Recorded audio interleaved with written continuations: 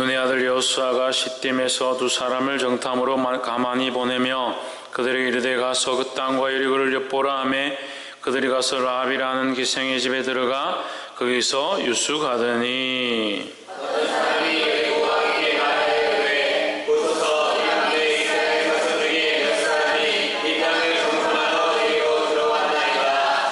여리고 왕이 라합에게 기별하여 가로되 내게로 와서 내 집에 들어간 사람들을 끌어오라. 그들은 이 온 땅을 탐지하려 왔느니라.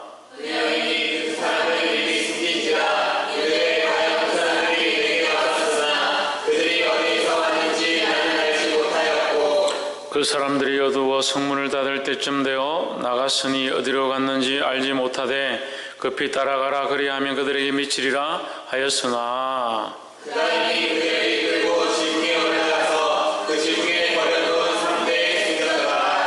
그 사람들은 요단길로 나루터까지 따라갔고 그 따르는 자들이 나가자 곧 성문을 닫았더라.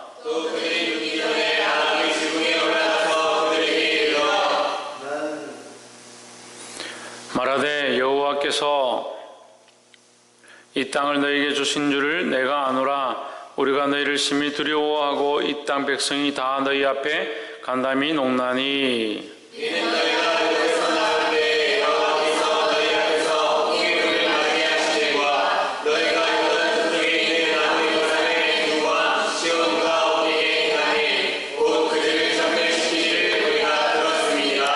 우리가 듣자 곧 마음이 녹았고 너희 영고로 사람이 정신을 잃었나니 너희 하나님 여호와는 상천하지의 하나님이시니라.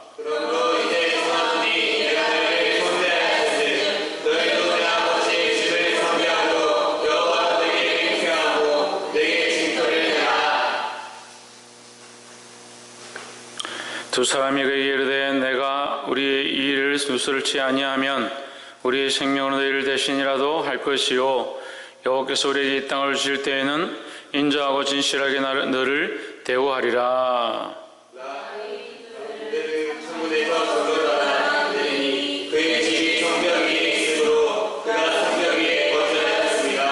라합이 그들에게 이르되 두렵건대 다른 사람들이 너희를 만날까 하노니 너희는 산으로 가서 거기 사흘을 숨었다가 다른 자들이 돌아간 후에 너희 길을 갈지니라.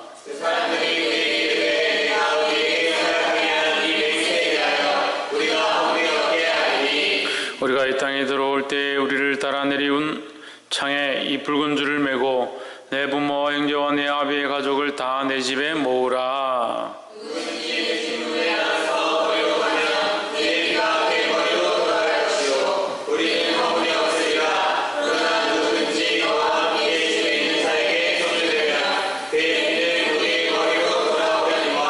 내가 우리의 이 일을 누스라면 내가 우리로 서약해 한 맹세에 대하여 우리에게 허물이 없으리라.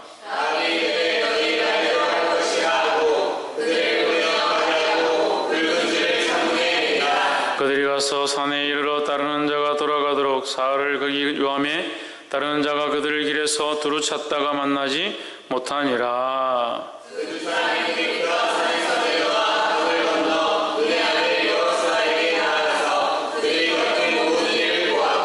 함께 읽읍시다.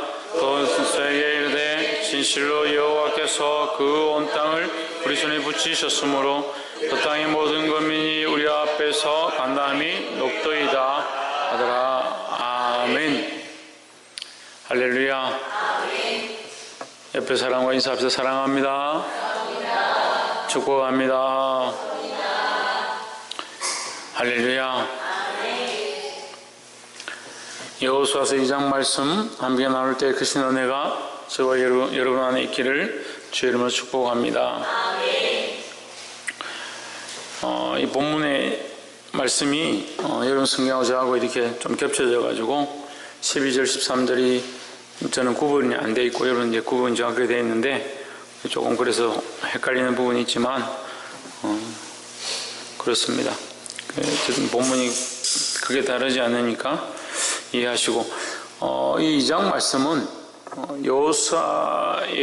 여호수아를 통해서 다시 이 여리고에 그러니까 들어가야 될 이스라엘 백성이 들어갈 가나안 땅에 정탐꾼을 보내는 장면이다.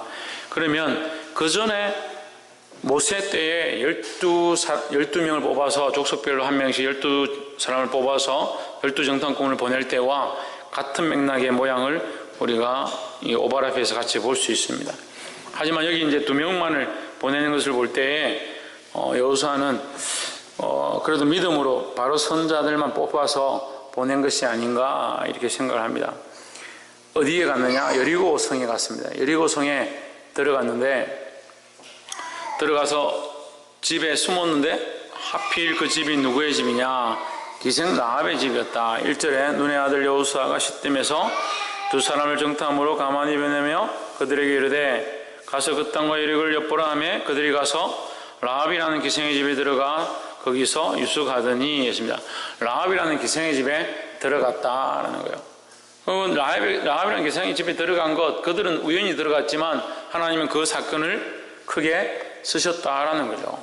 그래서 그냥 우리가 보기에 우리의 인생 가운데 나타나는 수많은 일들은 우연인 것처럼 보이지만 하나님 보시기에 그것은 놀라운 일들이다라는 거예요. 하나님은 우리에게 앞에 닥친 수많은 일들을 우리는 그냥 넘어가지만 하나님은 그것을 반드시 이루시고 역사하시는데 사용하신다라는 겁니다. 그래서 라합은 가장 천한 자, 기생이고 가장 어떻게 보면 그 성에서도 인정을 받지 못했고 또 이방인이고 쓸데없는 여인처럼 보이지만 이 라합은 하나님 앞에 너무나도 큰 여인으로 쓰임을 받았고 더 나아가서 예수 그리스도의 계보에 들게 되는 예수 그리스도의 조상의 혈통에 들게 되는 그런 놀라운 축복을 받게 되었다라는 겁니다. 라합을 통해서 결국 누가 살았느냐? 누가 살았습니까? 이스라엘 백성이 살았는 거예요. 이스라엘 백성이 살게 되고 이스라엘 백성이 그 땅에 들어오게 되고 생명을 얻게 되었다라는 거죠. 그래서 이 라합은 그리스도의 모양을 또한 가지고 있다라고 볼 수 있습니다. 4절에 그 여인이 그 두 사람을 이미 숨긴지라.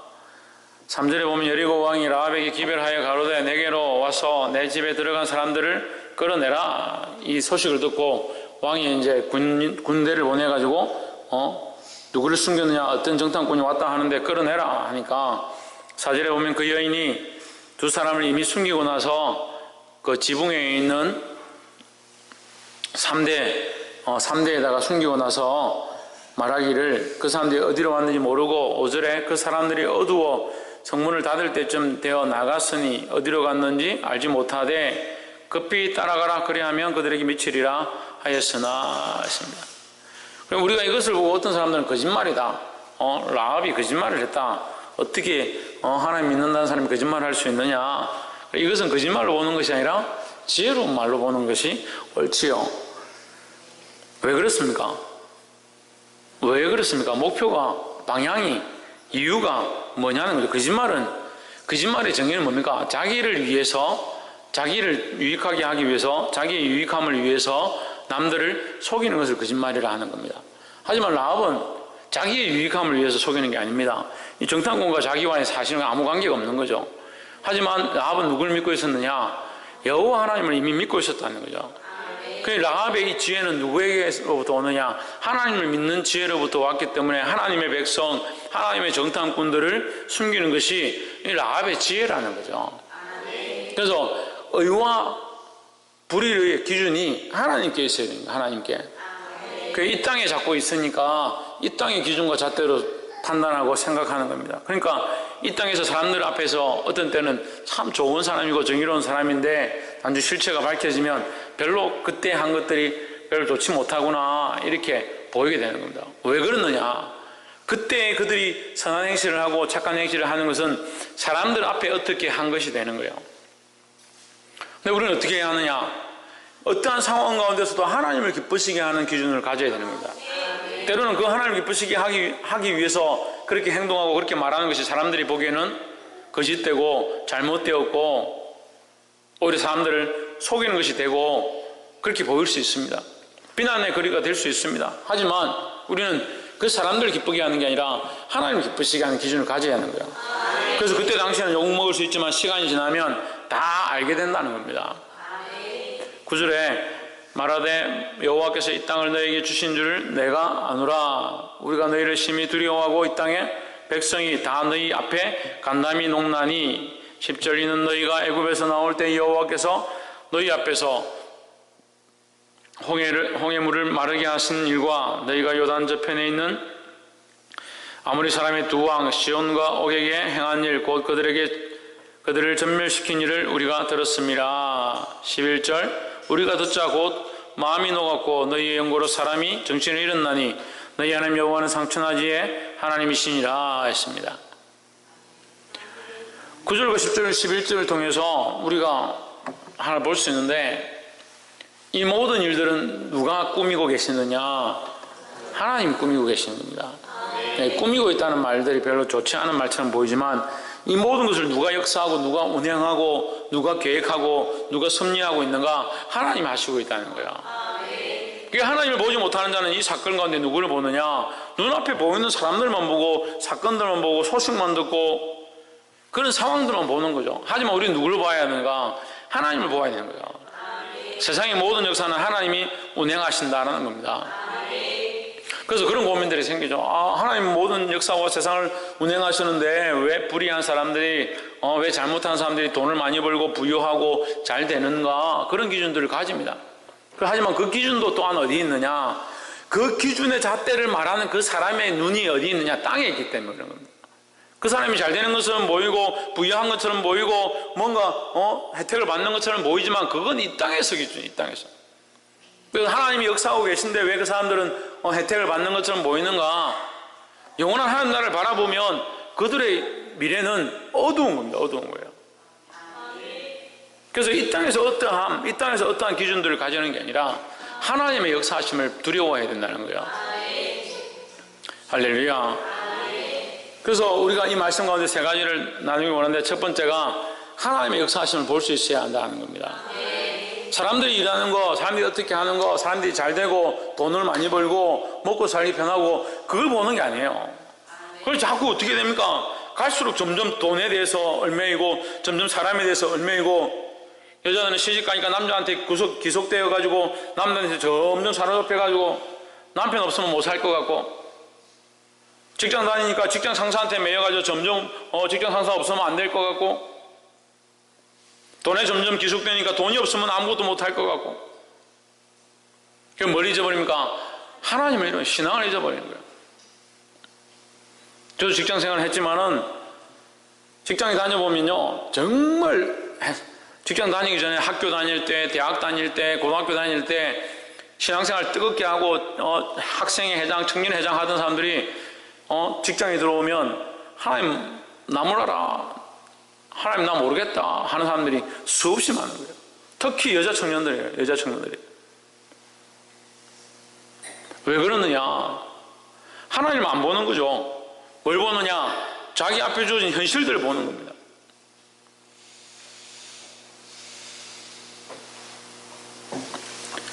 복이 되기를 주의 이름으로 축복합니다. 그래서 우리가 모든 상황 가운데 누구를 봐야 된다? 하나님의 역사하심을 보아야 한다라는 겁니다.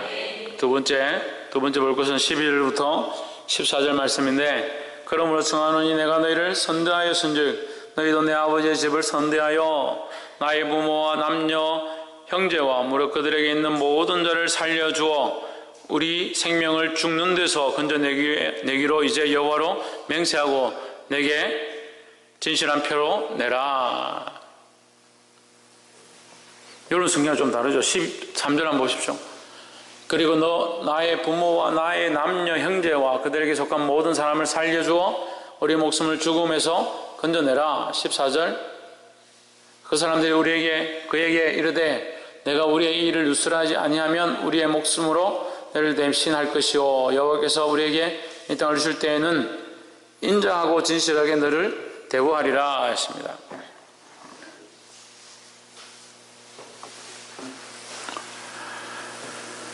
(13절에서) 볼 때에 그 12절과 13절 보십시오. 12절 그러므로 이제 청하노니 내가 너희를 선대하였은즉 너희도 내 아버지의 집을 선대하도록 너희 여호와의 이름으로 내게 맹세하고 내게 정표를 내라. 13절 그리고 나의 부모와 나의 남녀 형제와 그들에게 속한 모든 사람을 살려주어 우리 목숨을 죽음에서 건져내라. 저는 이 말씀을 이렇게 보는데 사도행전 6장 31절이 생각나는 거예요. 사도행전 6장 31절에서 간수가 사울과 바울과 실라가 감옥에서 노예임 받습니다. 그들의 착고와 그들의 묵고 있던 쇠사슬이 열리고 그 옥문이 열렸습니다. 열렸을 때 그 간수가 와서 죽으려고 자결 하려고 하는데 우리가 여기 있다 죽지 말라 이렇게 말리니까 간수가 내가 어떻게 하여야 16장 30절에서 내가 어떻게 하여야 구원을 얻으리까 이렇게 하니까 31절에서 사도 바울이 주 예수를 믿으라 그리하면 너와 내 집이 구원을 얻으리라 이렇게 했습니다. 이 여인의 이 라헬이라는 이 여인의 고백이 뭐냐? 어떻게 하면 우리가 구원을 얻겠느냐? 우리를 건져내어 달라, 우리를 살려 달라, 우리를 구원하는 정표를 달라. 이것이 구원하기를 원하는 그의 신앙 고백이라는 거죠. 그럼 구원은 어디에 있느냐? 하나님께 있는 거죠. 그 라헬이 구원받을 길을 믿고 구원을 얻을 길을 찾았다는 겁니다. 진호 엄마 옆에 가라. 믿고 구원 얻을 길을 찾아야 된다는 거예요. 그 라헬이 구원 받을 표를 우리에게 달라, 구원 받을 길을 우리에게 달라 이렇게 얘기한 거예요. 그거 찾는 게 뭐냐? 돈도 아니고 명예도 아니고 잘됨도 아니고 배부름도 아니고 뭘 찾았느냐? 구원 받을 표를 달라는 겁니다. 나뿐만 아니고 나와 나의 가족들이 구원 받을 길을 달라 했습니다. 우리가 예수를 믿음으로 우리가 주님을 믿고 하나님을 믿음으로 우리에게 주어지는 게 뭐냐? 구원인데 나만 구원받는 것이 아니라 나와 내 가족이 구원에 이르는 길들을 찾아야 한다는 겁니다. 그 구원의 길이 어디 있습니까? 예수 그리스도에게 있습니다. 그러니까 우리는 누굴 찾느냐? 예수 그리스도를 찾는 겁니다. 할렐루야. 18절 말씀에 우리가 이 땅에 들어올 때에 우리를 달아내리운 창에 붉은 줄을 메고 내 부모와 형제와 내 아비의 가족을 다 내 집에 모으라 했습니다. 18절에서 뭘 달아나느냐? 창문에 붉은 줄을 매라네요. 붉은 줄을.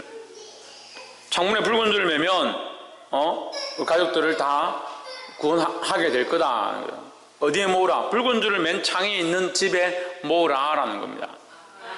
어디서 본 장면 같죠? 어디서 본 것 같습니까? 6월절에서 나올 때, 6월절 그 애굽에서 나올 때, 이집트에서 나올 때에 문설주에 피를 바르고 가족들은 어디 모입니까? 그 피 바른 그 문설주가 있는 집 안에 모이는 겁니다. 그래서 나오면 생명을 잃는다. 나오면 죽임을 당한다. 마찬가지죠. 19절에 누구든지 내 집 문을 나서 거리로 가면 그 피가 그의 머리로 돌아갈 것이요 했습니다. 문 밖에 나오면 피값이 그 사람에게 돌아간다. 그럼 어디에 있어야 되느냐? 문 안에 있어야 된다. 붉은 줄을 맨 문 안에 있어야 한다. 붉은 피를 바른 그 문 안에 있어야 한다. 그 문이 누굽니까? 예수 그리스도입니다. 예수 그리스도의 피 발라놓은 피 흘림에 있는 그곳에 있어야만 구원의 효력이 있다라는 겁니다. 그럼 우리는 죽을 때까지 어디에 있어야 되냐? 예수 그리스도 안에 있어야 된다는 거야. 홍준은 어디에 있어야 된다? 예수 그리스도 안에, 죽을 때까지 예수 그리스도 안에 있어야 된다는 거야.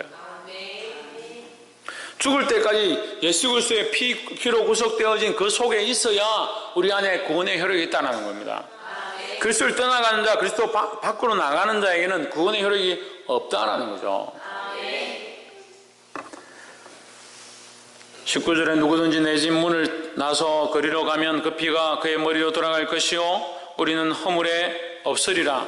그러나 누구든지 너와 함께 집에 있는 자에게는 누가 손을 대면 그 피는 우리의 머리로 돌아오려니와. 20절 내가 우리의 일을 누스라면 내가 우리로 서약케 한 맹세에 대하여 우리에게 허물이 없으리라. 21절 라합이 가로되 너희의 말대로 할 것이라 하고 그들을 보내어 가게 하고 붉은 줄을 창문에 매니라 했습니다. 붉은 줄을 창문에 매었다는 거예요. 창문은 그 사람들 도망치게 한 다음에 창문에 붉은 줄을 매었다.